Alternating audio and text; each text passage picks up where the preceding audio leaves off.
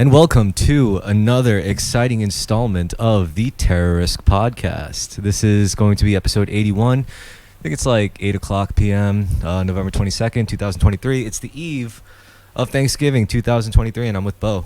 Hello, again. Yeah, happy early Thanksgiving. Are you excited for Thanksgiving? Slightly, yes, actually. I'm gonna not just hang out with my dad tomorrow for once, so that's kind of cool. Right. How about you? I was supposed to go to my dad's tomorrow. That's why I bought a bottle of bourbon. He specifically requested bourbon, so I was like, Gotcha. okay. But otherwise, yeah, it's going to be the extent of my plans. I hope I could get back earlier. I have like a couple of music things. I mean, if we get something down tonight, then I have to probably edit that too. Mm-hmm. But yeah, otherwise, I don't really give a shit about Thanksgiving. Yeah. In fact, I probably care more about Black Friday. Yeah, I think so too, but I don't really buy that many things anymore. But yeah, Black Friday is still more exciting to me, even though I'm not. You don't buy anything? Not really. I just buy I don't buy. I just look and I look at the deals and I'm like, oh shit, that's cool. I can consider that, but I usually end up not getting anything. You don't buy clothes? No. You don't.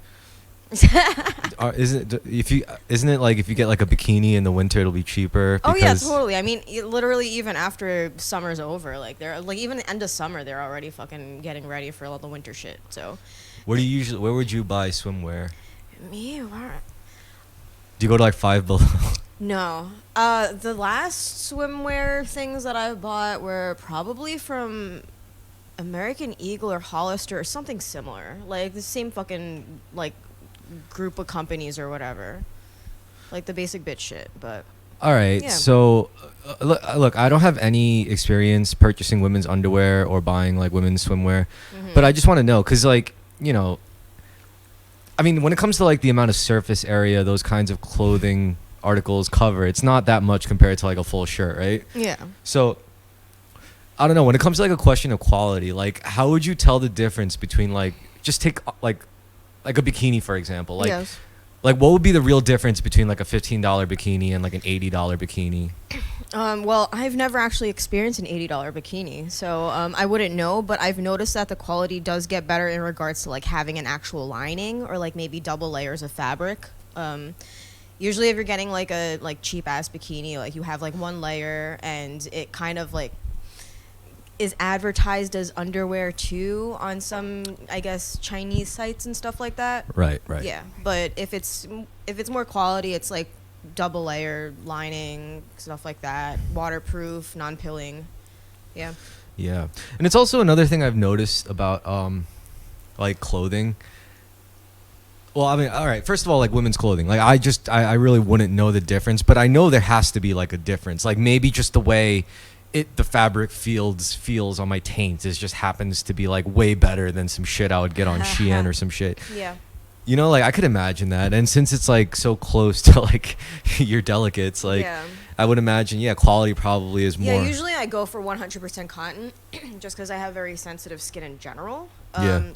Usually the stuff like from Shein, like all those off-brand things, like they're all synthetic, so you're more prone to chafing and irritation. Yep. That's also just underwear. And another thing I noticed, it's like buying nice clothes, it's almost like a real waste of money, unless it's tailored, like custom tailored is different. Yeah. But if you're gonna go to like somewhere not quite like tailored, but also not like your run of the mill department store brands, like something like Express or some shit. Yeah. It's like basically overpriced, but also like kind of like underpriced for what it's supposed to be and all that shit. Yeah. It's almost like a waste of money if you're fat. Yeah, I guess. I mean, there's like plus size like companies now that actually do make quality clothing, but they're not really talked about as much anymore. I feel like that era has like passed already. Like they're like beyond the plus sizes now. Well, I think the big problem was also like when it comes to advertising that stuff, you can't advertise as sexy clothes because that's like insulting. It's one thing to like have like sexy models like model for like Abercrombie Stitch or whatever. Yeah, it's like kind of like advertising. Oh yeah, like these are fat people clothes, but they're flattering, like like implying that fat people clothes in general aren't flattering exactly. in general. So yeah, you might as well just say like this is just clothes for fat people. That's Yeah. that's what it is. But it's Yeah. like if you try to take that extra reach where it's like this will make you sexy. It's like that might not do it, and that's like lying. That's like false advertising. Yeah. But the Abercrombie and Fitch shit, like the exclusivity of that stuff was a problem. Yeah. It probably still is a problem. But then no one Yeah. cares about the brand anymore, really. So it's Nobody like really does, but it still fits the best out of everything because I'm pretty much like a petite size, so everything fits properly. Like usually, You need usually skinny. size smalls are like too big on me. Like, but their size smalls are fine. Yeah, I feel like that guy who started the company or ran the company or runs the company, he's like totally gay because he clearly puts like, I don't know, maybe you just have to have a better eye for male models because like there's so many more attractive females than there are males, Yeah. I mean, yeah, like I don't know, it seems like difficult to do, especially like if you want to be taken seriously or something, but like I don't know, then again, maybe all fashion people are just gay, like period. I mean, there's a chance. It's quite a possibility, actually. I mean, now that I think about it, like would I really want like straight people like governing what is like supposed to be stylish? It's like probably not. Yeah, it's very very odd. It's I don't know. I guess that's why companies like I don't know Victoria's Secret exist and stuff like that. It's just too straight. I don't think Victoria's Secret's straight at all. I don't know. I mean, that guy was like also kind of weird too. Like, I mean, it was a dude who fucking created that company to begin with. Yeah, it's Like- just maybe it's just masculinity thing. Like I can't imagine like masculinity. It's not a matter of like gayness or whatever. It's just a matter of like how masculine and how toxic of masculine you are. I Because here's the guess. thing about the masculine end of fashion. Masculine shit has not changed. Like the way guys supposedly are supposed to dress, like to look quote unquote. Yeah, guys are stylish. just there, and like their trend, like the like fast fashion trends are always so apparent, and they just like fade out real quick. But the specific like high tier dressed man Yeah, is like yeah, they're just there. it stayed the same. It's just you know? like business fish, like it's just very like everybody's just like that. Like, But I think it's also more detailed because we don't have like tits and asses and long legs to use. Like we have to like use like specific fine details of like things we wear. yeah, like the kerchief, like in a little pocket square or whatever. Oh, those are just gay. The See, this is what I cufflinks. mean. Like it's like one like see what men's fashion. It's like mostly the same rigid structure, but the Yeah. details can But mess then you you up. add like the little like Like cool cufflinks, things, like yeah. cufflinks, tie clips. Yeah. Fucking like all sorts of shit. Like Just ties in general. I mean, you can make your outfit super gay by just fucking with a tie. Like you can have a bow tie on, or like you can have some like weird ass tie, or like use a different knot or some shit like that. I don't know. Yeah, I mean, I started like I don't know, I guess trying to dress better. It's just like when it comes to what I've noticed, the biggest thing for guys, maybe I don't know, it's definitely different for girls, but I mean, it's definitely the same for chicks. But for guys, as a guy, like it's weird how people treat you differently when you dress differently. Yeah. And that was like the weirdest thing because I knew that happens to girls. It's just I didn't really imagine it happening to me as a guy until like it Yeah. actually happened to me, and I was like, that's weird. It's just that the people just like kind of group you into a certain category and they judge you based off of that. That's why, as a guy, I think it's more fun to dress up and be around people you've never met than to be around the people that you've always met. Because it's like I'm putting in all this effort to be around the same fucking people who've already Yeah. seen. It's like what good face? like what am I? Who am I trying to impress at that point? But it's Yeah. like if it's like But it's like why like it just it's just a matter of if you are even trying to impress anyone. Like if you're just hanging out and that's your style and you think you look cool, like I feel like that's the vibe. well, that- the thing about dressing nice as a guy, it's like we can't lean on fast fashion as much. yeah. It's like guys don't. First of all, guys just don't buy clothes as much. So like that's why men's clothing is generally more expensive. Like if you look at like clothing within the same tier for men and women, guys' items are just like on average more expensive because they don't have to try as hard, like straight up. So That's interesting. I mean, I wouldn't know. I literally haven't purchased anything in a store like clothing wise in years. yeah, pretty I much. discovered this because my ex-girlfriend took me to a store to dress me. And Oh. she was telling me, she was like, yeah, guys' stuff is more expensive because you guys don't have to try as hard. I was like, that's a really good point. Yeah, I mean, I'm not really trying at all. So. But you know what? You know what? I'll say this though. As a guy, like all that fashion stuff is honestly secondary. If you, it's like as long as you're in shape. If you're in shape as a guy, you could literally like make anything fucking work. It doesn't fucking matter. Like if you're just in shape, you should stay in shape, and you could pretty much make clothes. Like fashion becomes like second nature. It's nothing. Yeah, but if you like make fashion, like I guess your personality. I don't know. Like I feel like Well, that's what I'm saying. That's just kind of gay, right? It's like as a guy, it's like what like all right, it's not gay. It's just definitely not masculine. Because like as a guy, like what's a masculine role in society? Are you really just supposed to like what are you walking up and down like fucking like aisles all day and like you know up and down the walkway? No, you're a fucking man. You got to still do shit. Like that's why like I think you have like when it comes to masculine fashion ideals, you always look to like James Bond. You know, like 007. Like that's a guy who wears like tailored suits, but at the same time he could like kick a whole bunch of ass in it and kill people while wearing it and look good doing it. That's what you're supposed to do. You know, you're supposed to kind of go for that thing where it's like it's not that you're serving fashion, it's you make fashion serve you. You know, like you don't work for technology, you make the technology work for you. You know? Fucking it's like fucking and chuck it kind of mentality. But you know, like that's what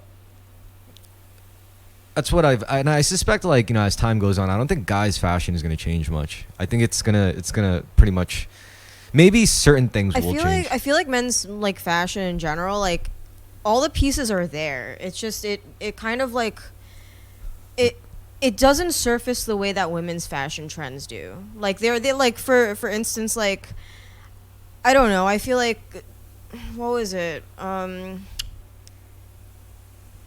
Those fucking pants, those gigantic like parachute pants. Yeah. They always fucking existed like like in men's fashion, but at some point like they just kind of like came and went like within like under a year pretty much.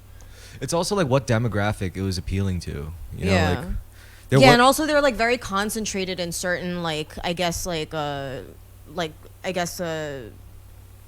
is it, groups of people like I don't know, just different different crews pretty much. Like subcultures had a lot to do with influencing individual style. You know, if you were Yeah. part of the punk subculture and live that lifestyle, then you're gonna want to dress the part. Subculture is what I was thinking about. Oops. Yeah, but well, I personally never got into that. Like, I was never down with like dressing to your subculture. Like that just seemed like always seemed really weird to me. I don't think I've ever intentionally tried to do that except for like when I was like in the beginning of high school. Like from there I just kind of like branched off and I was like, wait, no, I actually like this stuff. I'm going to wear this stuff instead. Like I never really ended up like I like when you just kind of let it happen naturally, especially like when you let your lifestyle determine it, what you need to wear. Because like, you know, I noticed like when I was getting like way heavy into sword training, I would go to Dick's and buy, because I needed this shit. Yeah. And while I was there, like I didn't really know, I wasn't like really savvy about athletic, you know, clothing and wear, like, you know, apparel, but I was looking at this shit and there's like so much cool shit. I was like, oh snap. You ever buy anything from Lululemon? Fuck Lululemon.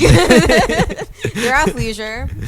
Nah, they're so expensive. But Dick's isn't much cheaper. You know, like all the like the high tech brands like Under Armour and Nike, which is the stuff I like. You know, I like Adidas too. Adidas is like mid tier. You know, it's like somewhere like I'm usually brandless, honestly. Like I just try things on, and if they're comfy, they have pockets, and they're functional, like I will buy it. Pretty much anything that I get needs to have a hood if it's like a zip up. Like I never do pullovers or anything. Like it's kind of like that. So that's what I'm saying. How like you know the athletic utility and practical use kind of determined that's the style because people needed it, so they wore it. Yeah. And since a lot of people needed it, a lot of people wore it. Yeah. But I could say the same for about like you know like graffiti. When I was into like heavy into graffiti writing and like bombing and shit, like we would all tend to wear like pretty much the same shit, like a painted up backpack, like a Jan Sport, something we didn't give a fuck about, something we didn't mind ditching, but at the same time was practical and you know high quality enough to carry our shit.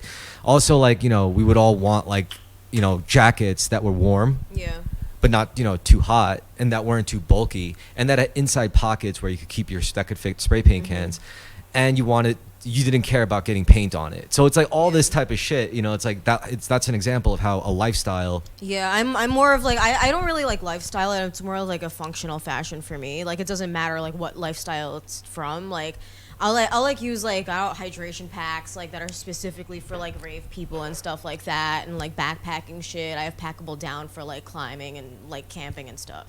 Yeah. Like I just pull them all. It's just I pull like the most like I guess useful and multi-purpose things Yeah. from those subcultures. And then there's dressing to express a certain image where I don't think it's like necessary, but I also think like why not? You know, especially if you're into music and you like playing in front of people. It's like, you know, if they're going to be staring at you playing your thing, even if you're not doing much, they're still looking at you. So you might as well like use that as a chance to express yourself through your clothing. You know, if they're going to be staring at you, what do you want them to think when they stare at you? Yeah. And I guess that's like why they get into like such extravagant costumes for like pop stars and shit. I feel like Taylor Swift has like so much put into her into her costumes for every performance. Yeah. She's an entire vibe. Even though I don't really listen to her. I used to listen to her like back in like what was it, Blank Space or whatever. But I used to listen to her and like I don't know, like she was still good and like she just kind of like curated that vibe and like she just made it like so much more like apparent. Like she just kind of stuck with it. I don't even know what her vibe is really. I don't even know how to explain it because I don't know what she ended up as, but it's pretty fucking big and it's the same general feel that I had back when I listened to her albums. Because I never look around and like, it's not like I would ever look at someone and be like, yep, I could totally tell they're a Taylor Swift fan, you know, by the way they dress. Because like, you know, you could tell that about certain people. Like, it's like, oh, this guy clearly loves Insane Clown Posse. You know, the maybe the Juggalo tattoo kind of gave it away, but like, but you know, like but it's like Taylor Swift is like she's she's pretty much catering to like the default white girl pretty much. So like the default white girl can branch into any multitude of fucking subgenres and whatever cultures and like music genres and stuff like that. So their fashion changes based off of that. But Taylor's just she's just like the neutral. Like she's like she's just like in between like I guess both like sides of ends of the spectrum. I feel like Taylor Swift's style is like superhero / stage magician. I don't know. Cause like she seems pretty like she seems pretty normal to me. I don't know. No, I mean that's what her performances come off to me as. It's not just the music and the singing and you know because she writes her own good music and stuff. She looks awesome all the time. That's like really cool. But like, I think I don't really think about it much. Like. Oh yeah, like I'm sure she goes over that too. Like, oh, you know, you can never like make sure at any, you know, when you're out in public, don't eat meat on a stick because nobody looks graceful looking, you know, eating meat on a stick. Oh, I would totally eat. But that's what I'm saying. So this is the type they go that deeply into this shit. So it's like, but that's just like image crafting. But like when it comes to like stage performances, she does like all sorts of wacky shit that seems magical. Like she would pop up out of the stage as if she just like reappeared after disappearing, or it's like the whole. Stage is like an LED or like a screen, and then like she would dive into a hole, and then it would like be like her swimming or something. So I don't know. I think it's like a lot of it. Like I said, it's like a lot of it's like like parlor trick shit, like stage magic. You know, it's like for my next trick, I'll sing a fantastic song and then do this crazy optical illusion. But to me, it just still feels like it's like default white girl doing the thing because it feels like these default white girls would fucking love to do that shit too. Well, yeah, that's the default white girl interest, I guess. Like magic and shit. You know, like princess, like do diva, you magic. Like magic and a white princess, white girl, beautiful diva. Yeah, that's the vibe, I guess. Maybe that's how you should describe the vibe. Yeah. But yeah, it's like nobody could actually dress like Taylor Swift. I bet when Taylor Swift is out in public, she doesn't even dress like Taylor Swift. You know, like she probably like wears like the huge sunglasses, a gigantic brim hat, like a hoodie. I feel like she's like a total like sweatpants girl. Maybe. Gray sweatpants girl. Maybe. It's like impossible for her to ever live a normal life ever again. I don't even know if she was ever normal, honestly. But yeah, she could she's be. Like she's the spokes white woman for all of the normie white women. She could be a reptilian. I have thought of that before. She seems like a kind of person to be reptilian. Yeah, because she's very uncanny. I don't even know. Does she? I don't know if she still hides her belly button. Like, because there was that entire time when like people started pointing out that she never shows her belly button. That's hilarious. She always like pulls it's always covered. So. And then she never did it for the fans. She never showed her belly button. I don't even think it got resolved. I feel like if we knew that it got resolved, like I would have maybe I would have heard about it. Maybe that's just her trolling. She's like, they never see my belly button. I and they feel never like will. she's like semi trolling. Like whenever I like read news about her, I feel like she kind of like she's in on her own joke, but like other people aren't. A crazy conspiracy theory that I heard recently, where that was that the rich elites, like the reptilians people, like the people who rule the world, those entities, they have they have access for billionaires, like to create flash clones. Like an exact physical replica of Ariana Grande. She has basic like interactive functions, and she would die like within a matter of like a couple days. But for your use, like she's good. And they say like billionaires would like get like flash clones of celebrities for sex. It's like, which would be nuts to imagine. Like that would be fucking insane. Yeah, wow. Kind of sick. Like rich people have it all. Well, yeah. I mean, it was crazy to think about because of all the things like UFOs, aliens, that's a little out there, but cloning, that's a little close to home. Like, yeah, I could imagine them being able to do that. Like it's probably happening already. Oh yeah, for sure. No, that's what they were saying. Like this has been happening for like a little while now. And then you got all sorts of weird shit. Like we know Epstein Island was a thing. Which we weren't supposed to know about, but I think because of the internet, like the internet exposing a lot of things. There's just like people just like talking about the same experiences and things are like solidifying. Yeah. And we're now also seeing like old celebrities like cycle out of like the spotlight. Like they're either getting too old, too out of touch, like or they move on to something else, or they just get like ridiculed by society to oblivion, like Will Smith. Oh yeah. Yeah, I feel bad for Will Smith. Yeah, I don't really concern myself with celebrities, so I don't really have that big of an opinion. Yeah, no, I mean it makes sense, but that's fair to say. But like, what if one day you became a celebrity and suddenly like, I don't know, it could have been for something ridiculous, and then suddenly you're rubbing shoulders with like other celebrities. But then again, who knows? Like maybe there's also like the kinds of celebrities you probably would end up, rubbing shoulders with, and the kind of celebrities you would just never ever meet in your life, or maybe you would. I don't know. I don't know. I don't know if I'd become I don't think that much would change, honestly. If you did get famous for anything, what do you think it would be for? Being the girl in the Pikachu hat. I think if I got famous, it would be for being like a serial killer or something. I could see that. Yeah. It's like, Are you gonna kill me, Chris? No. That's exactly what a serial killer would say. All right, fine. Yeah, I will. Shut up.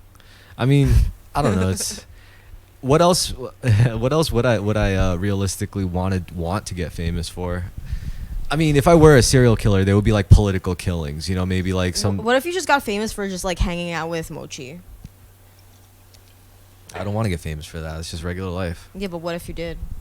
Oh, that'd be cool. If I could get paid for doing what if somebody like do. stole like a bunch of your videos, like of like you interacting with Mochi, and just like put them on TikTok and like mini clips, and like it just like turned into this like 50 million followers fucking bullshit. I honestly wouldn't give a shit. I would not care about that at all. I wouldn't really affect me at all. Would you say anything about it? Would you even acknowledge it? Maybe, yeah. I'd probably acknowledge it, but I don't think I'd give a shit. Nothing about that would really change my life. 50 million. First of all, 50 million followers isn't that much anymore. Huh. Yeah, I wouldn't fucking know. No, I mean, like, what does that really get you? Nothing, because like so many random ass people can become TikTok famous and stuff. Like, it's like I like see those stupid ass reels sometimes where it's just like, oh my god, I'm TikTok famous, and then people are just like, who the fuck are you? Like, there's just so like celebrities are so saturated that doesn't even actually matter. Yeah. So I don't really care about fame for myself. I mean, I would understand if people I knew. Well, but now I know what you would do, because that was my original question. What? What would you do if that happened? I wouldn't give a shit. Yeah. I don't know. I think what I would really want is enough money to just disappear. I mean, being famous has its perks, I guess, but I think unless that fame comes with like a lot of influence and like a lot of connections, then I wouldn't really care for it. Yeah. I mean, if I got money, I'd probably just like fuck off somewhere and just like pretend that I didn't know what the fuck was going like on with, I don't know, me running away and stuff. Yeah, I don't think I'd want that. I wouldn't want the attention. Yeah, me neither. I mean, it's not that I'm afraid of attention. You know, it's like it is what it It's is. just annoying. I don't know. I feel like being perceived is very frustrating at times, and I'd rather not deal with it if I was that famous. Yeah, I don't know. It's definitely just. I think it's just natural. Like, if you have a greater capacity of service to others, you know, as well as service to self, like just like the more energy you put out there, the more you're going to be noticed. First of all, the more you're going to be felt, your presence, Yeah. because you know, like if everyone's like their own center of gravity, you know, like everyone's got their own capacity to pull shit towards them, whether it's Yeah. like attention, whether it's money, whether it's resources, whether it's influence. The more built up of energy and like compacted you are with like potential energy and all that stuff, like that's your magnetic pull, your gravitational pull becomes stronger and stronger. And everyone's different, you know. Some people have a way stronger pull than others, and some people just like literally just go right under the radar, or if anything, get pulled into someone else's orbit, you know. Yeah. Like that's, to me, that's what it feels like, you know. That's how stuff like That's the jigglish. yeah. Yeah, it's energy. It's Yeah. it's all energy and like distribution of energy, because your attention is where you actually you're direct pretty much, when vibrations happen, like they vibrate to similar frequencies and stuff. So like it kind of like they gravitate. So I feel like it's kind of like that, but you can visualize it any which way you like, and it's the same thing. Yeah, so guys like, I don't know, Elon Musk, for example, like regardless of what he does, how stupid he looks, he still is like a way stronger gravitational pull, like force, than like a lot of other people, because like people just can't shut the fuck up about him, you I know. feel like that- Elon Musk's head is like a fucking planet, and it has a very strong gravitational pull because of his gigantic forehead. yeah, maybe. He's also like old as fuck. People forget that. Yeah. He looks very weird because of all the steroids and whatever he's injecting into his body to look young.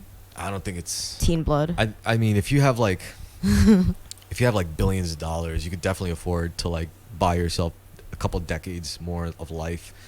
For yeah. sure. But I feel like he's extending his life, but he's also like, I don't know, physically looking like very odd because of it. But that was like based off of the last photo that I saw of him.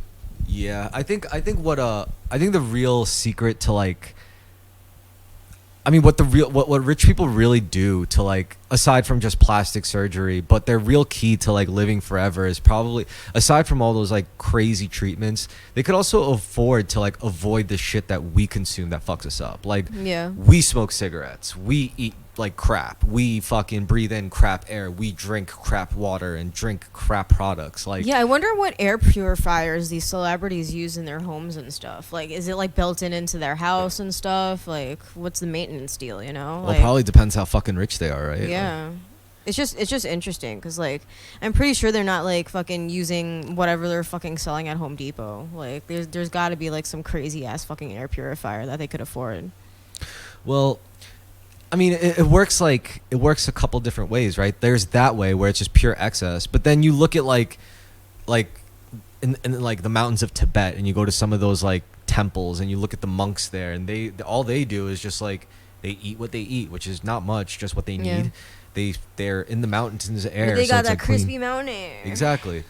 Fucking, you know, they drink like clean water Yeah. every day, so it's like, The tip top of the water. and there's no wonder why those guys tend to like probably live to be longer than we would, you know, on average. So it's like, I think that's really what it's about. It's not so much about like adding on things. You don't need more nootropics. You don't need to inject more shit into you. You don't need more adrenochrome. You What just need a cleaner source, a more pure source of whatever. Of the life, fuck- of energy, yeah. More pure source of sustenance. Mm-hmm. And I don't think it's just physical. I also think that's like, it's emotional and like, you know, energy wise. Like, if you're around people who give nothing but like low energy, like low vibrational bad vibes, you know, like that's all you're consuming. That becomes you just as much as the fucking food you eat, you know? Yeah, it was like that was one of the reasons why I actually enjoyed hanging out like with like all of the like nerdy tech people for like a bunch of years in my life, because like I felt fucking dumb as hell all the time, but like they were fine with hanging out with me, so I like got to learn a lot more than like I felt like I was more like intelligent by hanging out with them, and I enjoyed it, and that's cool. But like now I'm just kind of like just vibing, you know, like I'm hanging out with art people, so it's just like a fucking crapshoot. They say your personality is a combination of the 5 people you spend the most time Yep. with. And that's something that I considered when I was hanging out with certain people in my life. I usually end up surrounding myself with creative people, so Creative people. yeah. Yeah, I don't know. I mean, what do you consider creative? Like, Just having a vision, having a vision of eventually executing it and feeling like it's actually going to happen. Like I feel like that's a really big one, like very goal oriented and actually achieving of it. do most of the creatives you know actually get their visions down? For the most part, yes, but also to take into consideration is like how well they react to, like, I guess spontaneous things that happen in their lives. Like if things, obstacles, like how they do the damage control pretty much. Like Yeah. Here's a crazy thought. Art really is nothing but just eliminating obstacles. That's all it is. yeah. You know, because like, It's just one big fucking Tetris game, and you have to fit all the pieces together in order to clear well, I things don't just out. mean like art, like visual art. I mean all art is Yeah. really just a series of like obstacles you have to overcome. Because like, I mean, you know, people, it's that's I don't know how else to put art. It's like literally a process of overcoming obstacles. Like this is how like I you know kind of back thought this from like how I consider war to be art, because you know war is the same thing. Like, you know, you visualize a reality, which is like, oh, a situation where my country's not being threatened by that country. How do I make this happen? Like, how do we creatively, because you know the solution's not obvious. Just like, you know, to make a painting, the solution isn't obvious. To make a Yeah. song, you have to sit there and contemplate it. Yep. Same thing with war. It's like, how do I make this beautified reality where I tell this country to fuck off and stop trying to kill our people? Well, this is what you got to do, and then you proceed to conduct yourself in war, which is the art. You know, like same thing with like, I don't know, making a song. It's like the obstacle is there's nothing here. You know, there's no gathered data source or like or signals to like manipulate sound with using like electrical signals. Like I have to sit there and like put it together and get Yeah. over those obstacles. Same thing with the painting, I'm sure. It's like, yeah, it's a lot of prepping for the big thing when things start gaining momentum. It's a lot of that, I feel. yeah, the actual operation. Same thing Yeah. with war. Preparation is everything. You know, like they'll spend like years and years and years preparing for one op that'll take like a couple of hours, you know? So it's like that's one way to look at it. You know, it's like, The devil's in the detail. yeah, so it's really just like taking out unwanted elements of your current reality. That's why art creativity is destructive. It's a destructive act. Yeah. It is. See it as that, yeah. You can't create without destroying. That's just a Yeah. given. So artists are in a perpetual mode of destroying shit just to create something else. Yep. You know, no matter what it is, like they're destroying something. You know, especially Mhm. with musicians, they're destroying silence, you know? Yeah. So it's like, you know, you have It's to just a bunch of it's a destruction creation fractal. But this is why I think it's very important that artists are should be the most disciplined people, even more disciplined than like scientists, or, you know, or lawyers or doctors, because the lawyers and doctors and scientists, they have rigid structures within their Yeah. craft taught to them that they have to Artists and creatives are like they're conjuring like things into existence. so that they don't so they exist need to anymore. practice more personal discipline and Yeah. more, because there is no rigid rule structure that governs their ethics and their morality, because that's Yeah. not what art is. Art is pure freedom. So it's like, that's why I think, you know, all artists really have to double down in their own sense of discipline. Otherwise they're gonna get fucked, and 9 times out of 10, guess what, they fucking do. Yeah. Which is, you know, usually tragic to watch. But at the same time, it's every single case. You ask like any famous creative person, you know, who like went through a self-destructive path. You listen to like interviews with all the people closest to them, and they'll all tell you, I tried telling them. I tried for years. I said, buddy, you gotta slow down or this shit's gonna fuck you up. And he just didn't fucking listen. And guess what happens? They get fucked. And that's what I'm saying. Like, that's exactly what I'm referring to. And it's hilarious how like ignorant creative people can be of like that kind of warning. Like, dude, you don't know, like you're gonna, and it gets worse like the more famous they are too. Yeah.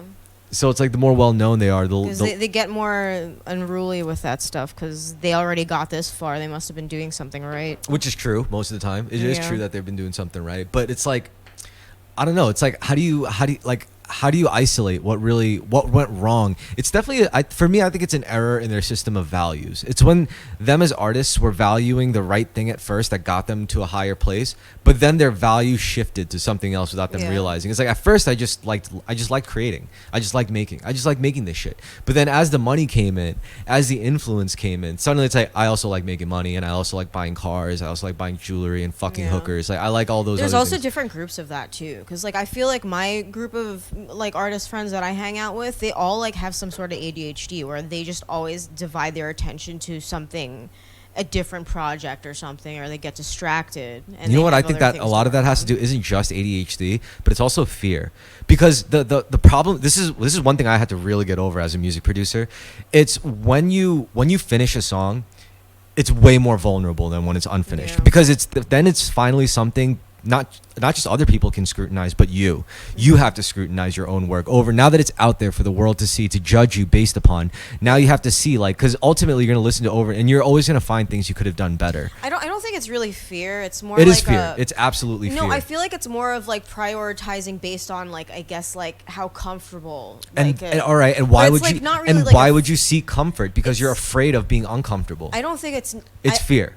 It's absolutely I mean, fear. it is fear, but it's not. It's rooted the in focus. fear. It's Yes, rooted it's rooted in in fear. fear, but it's But- not. That's not it. It's mainly other reasoning behind it. But I guess like in the background, fear is there. No, it's the core. First of all, fear is there's different ways to see it. You can but also fear is the root of like every wrong thing we could ever do. It's true. Like it's at some point in like every wrong thing in a person's like repertoire of things they did, you root it all the way back. It's always fear, like not finishing a project. Because again, like what I described. Yeah, but also it's like wrong is also very subjective too. So like it's All like right. it's, How about it's this any action that entire- hurts others or hurts yourself or both can be rooted in fear.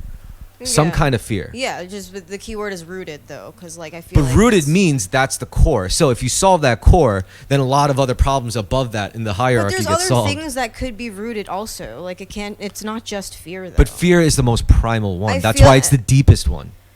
Remember, do you know how chakras work? Like the chakra points, there's the bottom one, your root chakra, where if that one's blocked, nothing up top. Whereas if this Yeah. one's blocked, then these are clear, but these ones can't be, cleared.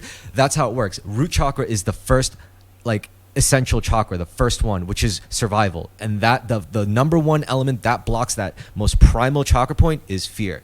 Because what's the one thing that happens to all of us? We all die, and none of us know what happens after. That's why fear is the most primal blockage of our well-being. Yeah, I don't really consider that because I don't really give a shit about death. So I don't know. I never really considered that.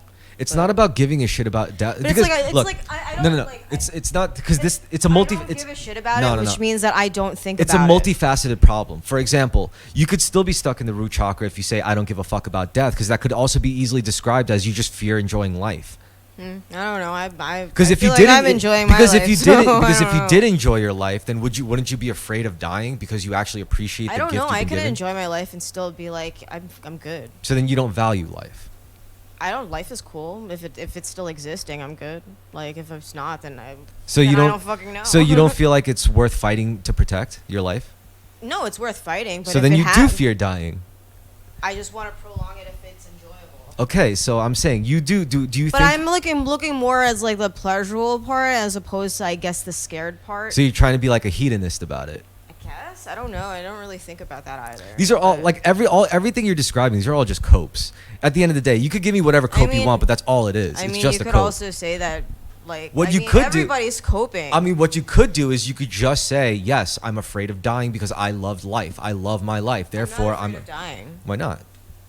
I'm not afraid of dying. Well, yeah. I mean, I guess. I mean, Like I've already helped out so many people. Like I've been a teacher. I've like taught. I've taught many children, and I've helped out a lot of my friends, and So I then- feel like okay. I've given back to the community a lot, and I've had a lot of life experiences, even though they were bad. I got to travel and shit like that, and I was like, and like I think like about like 5 or 6 years ago, I was just like, hey, like I did a lot of shit and it was really fucking cool. Like, I would be fine if I just died right here. Like, that's kind of how I felt, and I just never really thought about it since then. Nice. All right. No, I mean, if you feel content. Yeah, so it's content. Like, I don't fear death. Like, I'm just like, if it happens, it happens. I'm still doing good by like how I feel. So okay, so do you like enjoy your current life? Yeah, it's good. All right. Yeah. Well, then that's really all that's really all there is to it. But I would say, like, I don't know, it's best. I think it's, you get more out of life if you do at least like appreciate it enough to not want to throw it away for any reason, you know? I don't think I'm throwing it away. I'm still working on shit. I'm still hanging out with you. I'm still doing art things. I'm like walking outside, looking at things and like trying to learn new things and shit. Oh, well, I don't know. Sure. I'm good. Sure. Would you ever want to get married and stuff? If it happens, it happens. Right. Yeah. You ever think about it? Like, imagine how it would go. Well, I mean, I gotta get in the situation first, so in order to consider anything like that. Right. But that's really not one of my priorities right now. Like, I'm just cool working on art stuff and vibing. If you were in that kind of situation, would you want your partner to also be like a creative, or would you want them to like? Would you mind if they weren't? You know.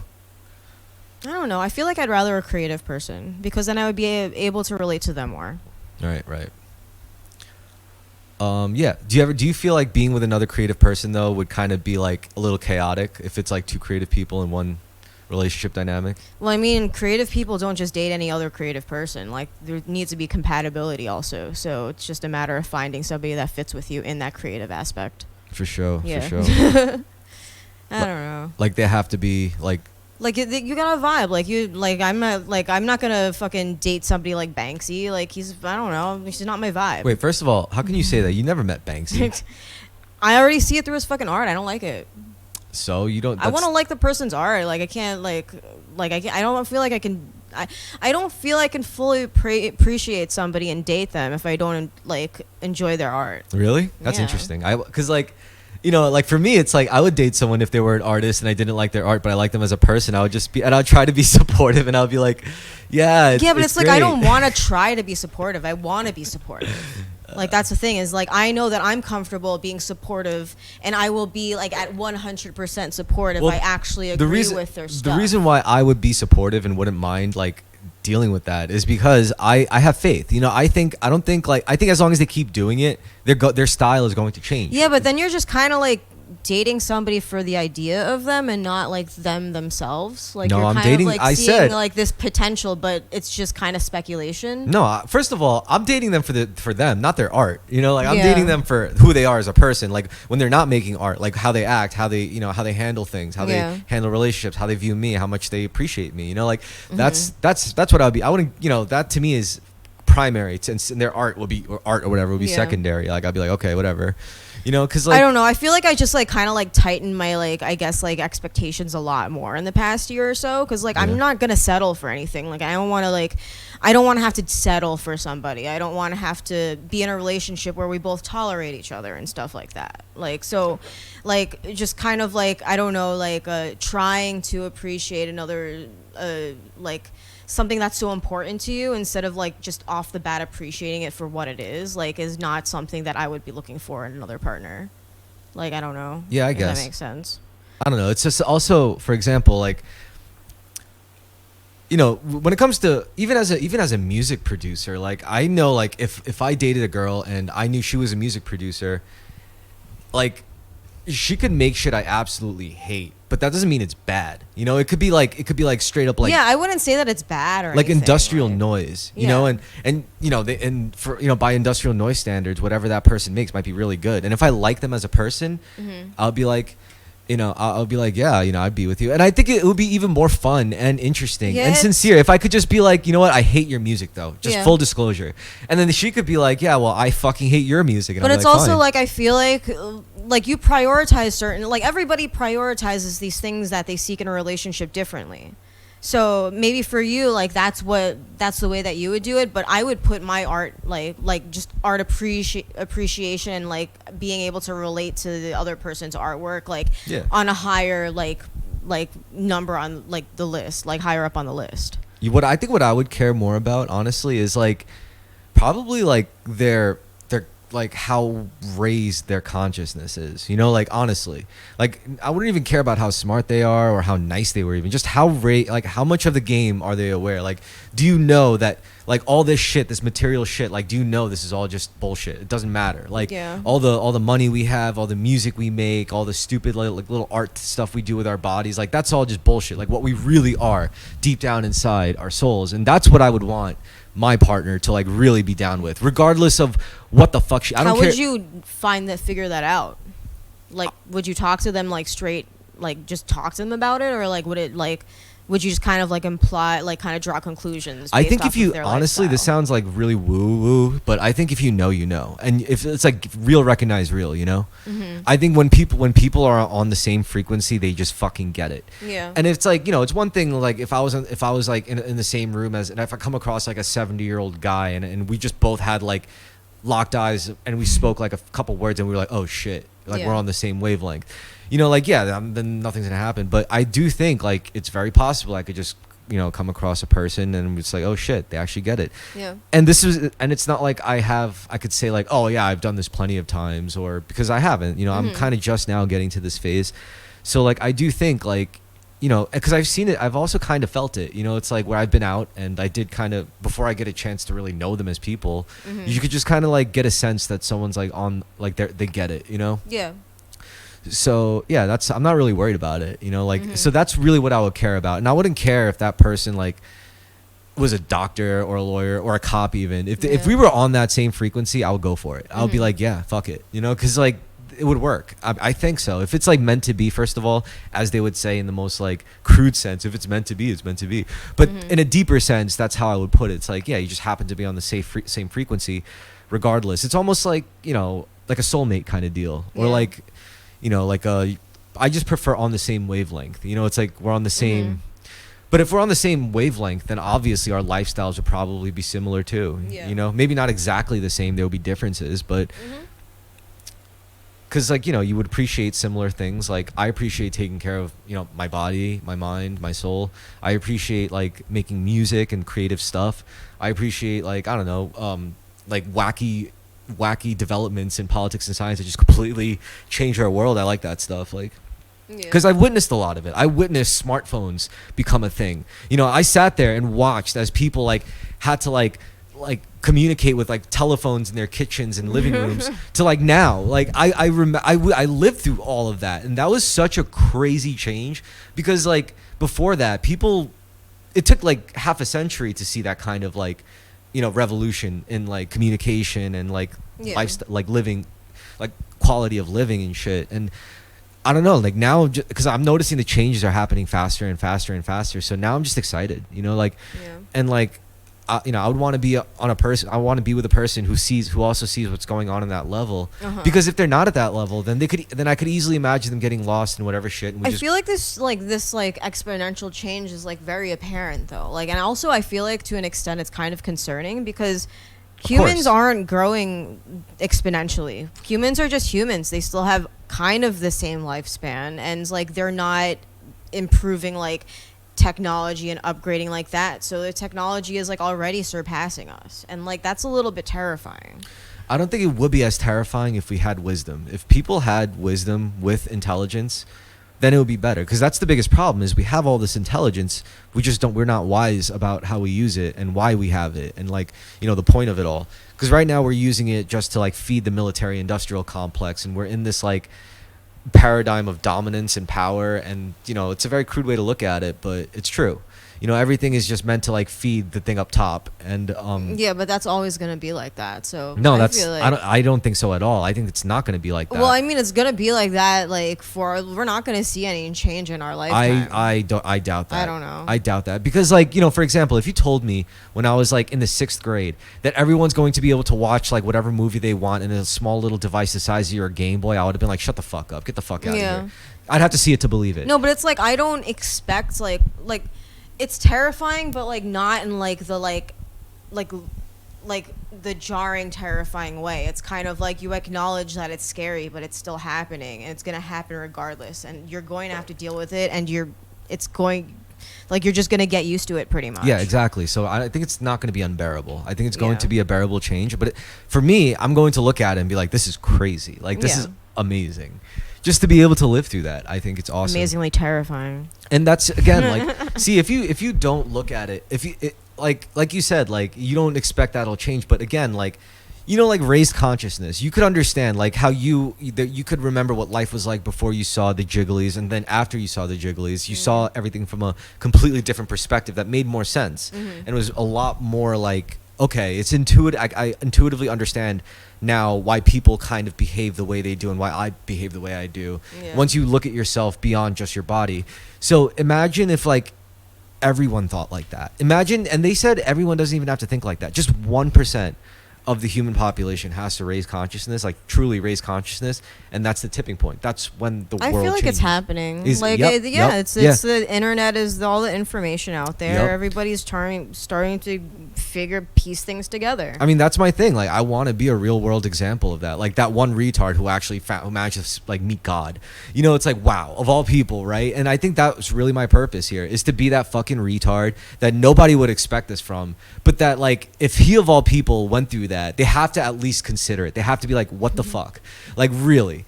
And it's like, and then they would look at Chris and they would be like, well, I mean, is he going crazy? And they look at his life. It's like, no, he's doing fine. Do you He's believe maintaining in his job. magic He's in maintaining a his shit. Christian's You know, heart? he's fucking, yeah, he's talking about like magical shit. But you know what? He's doing better than he's ever been doing. He seems healthier. You know, he's like, he's actually disciplined now, and he's like living a healthier lifestyle, mind, body, and soul. Like, if at that point, how can you fucking argue with that? You know, it's like, dude, it's happening before your eyes. And at this point, is you're deciding, are you going to be a part of it, or are you just going to like be the same fucking you that you're fucking stuck being? You know, like, is that really what you want? You know, so it's like, I know a lot of people are going to feel like pressured, you know, like kind of like whatever, but I don't give a fuck. You know, it's now, Eckhart Tolle said, it was like, yo, you know, like raising consciousness is no longer an option for humanity. Now it's like we all kind of have to do it. It's not like a question now for like individuals. Now it's like we're all kind of forced through it, whether we fight it, where it turns out really bad for us as individuals, or we just let it happen. It's like, you know what, fine, higher consciousness guide me. You know, like no longer will I care so much about this popular bullshit. No longer will I care about sustaining these fucking arguments. No longer will I care about what the fucking media feeds me. You know, like regardless, I'm just going to try to like focus on what I actually have control over. And if everyone started thinking like that, that's collective raising of consciousness, and the world changes, and yada yada yada. The military industrial complex loses power, but then that's when the spiritual war happens, and they say like that has to do with rapture, you know, and all that shit. And it's, like I said, it's exciting times. It's I feel like fucking we've exciting. already been raptured. What? We've already been raptured. I mean, I don't We've look. been raptured multiple times over. I don't look at it as a terrible like thing of like fire and brimstone. I don't either. It just happened, and people are still going. Like it's like Yeah. this is like I've been saying. It's like this is the post whatever. I call it post-apocalyptic the neogenesis. Yeah. It's the new pretty much. Genesis. But it's like new. Yeah, that's what the Hindus said. They said this happened. Mhm. Like our civilizations, like advanced civilizations, happened over. Everything's been happening. Yep. We have like a few minutes left. We got like 10 Okay. minutes left. So to close off, cats are awesome. I like having a cat. Yeah, cats are pretty cool. You ever want to walk your cat? Yeah, I was actually at PetSmart. I was gonna get a leash thing, a Mhm. harness, but I think I could get a better one on the internet. Yeah, probably. I could get a funnier one. Yeah, a funnier one and a cheaper one probably, but still same quality, etc. Yeah, he's such a good boy. Yep. I raised him to be good. He has some quirks, you know, like he likes to hump this one blanket while making biscuits on it. I don't know, he's got a lot of stuff carried over from his baby days. Mhm. But otherwise, you know, I try to feed him wet foods at least every other day. Hell yeah. Good old life Mochi has. Good old life. Yeah, I was thinking about maybe soon going to a bigger place, Mhm. get another cat. I was thinking about moving out of the city. Oh shit, where to? I don't know, but it's somewhere else, because I've been working remotely for a year now, and if I could make this salary while living in fucking Yeah. you know, Somewhere more affordable with a bigger space. Yeah, and I don't give a fuck. You know, like Move to Jersey City. no, I mean, further out than that. Maybe out west. Move to Tennessee, Chris. Nah, I was thinking closer to California, maybe. Arizona. Washington. Yeah, I mean, one of the reasons why I stayed back in New York City was because I was like, you know what, maybe I'll get my shit together with music, and I'll make a name for myself in the city and whatever. But Meh. yeah, it's like the It's city. literally meh. Yeah, I don't really. I'm kind of over it too, and I was in there for like 2 fucking seconds. I was always skirting around all the scenes, and then I like ended up in all of them for a sec, and then I was just like, I don't know if I want to do this. Well, I'm also looking ahead at where the future is, and it's online. The future is online. Everything's been online. Like I've been focused so much more on creating those like videos of myself doing like, you know, my techno set, like a live track thing. Yeah.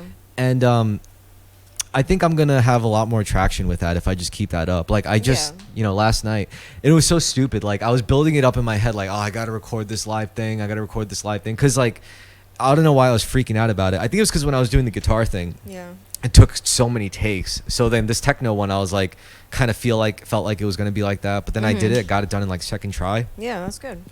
So I was like, yeah, this is I feel like that's good. Like you should do it, because I feel like with the scenes and stuff, like in New York, just like. Well, they're all run by crackheads. No, it's not even that. It's like the scenes are there for the community. Like if you want to do your own shit, like you don't need any scene. Exactly. That's what I'm coming to realize. Yeah. Like, why don't? Like I want to do my own shit. Like if I end up in something, if I start bouncing around again, like, and I like establish myself in visual art or something like that. And too. you know what? Like, It's not even like. still- It's not even like I'm gonna knock what they can do. It's just like I know as my skills as a producer, like I think there's stuff that they could, like, you know, the producers I know that they could, you know, there's stuff that they could do that I could do but better, you know, for sure. But I still feel like as a producer, I have a wider, more diverse skill range, you know. So it's like I think you're more adaptable. I feel like I'm very adaptable in other aspects of my life too. But I don't think my production skills are like I think I'm like I do have like the chops for like making like just a track on the DAW. But the thing is, like, I want that live aspect to it. I want to use outboard gear, you know, to like play at least some of it so that there's something so people can get a sense of it's literally not just me like sitting there and like in front of a computer screen like for the whole process. Like no. I want you to know that when I make these things, there's an actual sense of like musicality to it. It's not just like me making sounds from my computer. Well, technically it is. Well, but like for me, if I were to just like fully make a track on a DAW, I would not really focus on like how to prove that I could play this like live. I would focus more on like visual art aspects, like do the whole video component or like the live performance component or some shit like that. Yeah, no, that's definitely a thing. It's just what pisses me off. It's like as a not just a music producer but a musician, like the technology is making it is not. First of all, I wouldn't care if there were music producers who don't play any instruments and they're able to just like make tracks and whatever. Like, fine, that's great. I have nothing against that. What I do have a problem with is if the technology becomes so good, where music producers who never picked up an instrument, they just go deeper and deeper into like this like digitized form of music, they completely lose all touch with like actual musicality. I think that could easily happen. And I don't even if you lose touch with musicality, to me that just means you don't finish tracks. I really think the danger is you get to a point where you just don't finish your tracks. You know, because like when you're so obsessed with like sculpting every little frequency in every little sound, your tracks could never finish because it could always be better. Because like, and your ears play. Because you always keep going. You keep on cycling between these little details and tweaking. And you go round and round. And then whenever you change something, it alters the dynamic of everything else. And then you're like, oh, let me see how it sounds better. Switch back, and you switch it back. But it's like, oh no, I like it better the other way. And then you do something else. It's like, oh no, this works better if I switch that the other way. It's like. You really should be putting down layers and just kind of not fucking with them afterwards because it's gonna ruin. It's like painting. If you're putting on layers and you have these crisp ass edges and you like go over with another fucking brushstroke because you're trying to fix something, you ruin like another part of the painting by doing that. Yep. So you got to fix that too.